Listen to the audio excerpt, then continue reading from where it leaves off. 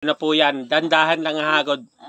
Sasabihin nyo po, ito po yung frontage ng 9 na hektarya. Ito po yung kalsada. Ayan ang frontage. Halimbawa, iyan.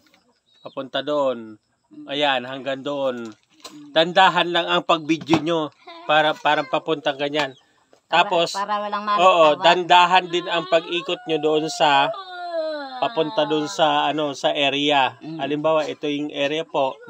O ayan ang area, mga tanim niyan, mga saging,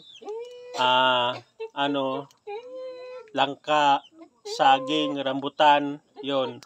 Dandahan lang po ang ikot para maganda. Pero 5 minutes lang o 3 minutes lang gagawin. Kasi pag matagal, mga 10 minutes, hindi na napapasa po yan. Mas maganda kung yung kasama nyo po, alimbawa kayo po ang kasamang ahente, nabibidyoan kayo para alam ko kung sino ang bibigyan ng komisyon. Yan, ganyan. Ganyan. Alimbawa, ito yung pinakalaki ng ito yung mohon ng 19 hektar. Ito yung hangganan ng mohon.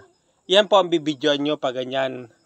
Tapos kung tabing kalsada, kailangan doon ka puporma doon sa may kalsada. Ito ang bibidyo mo pa ganon.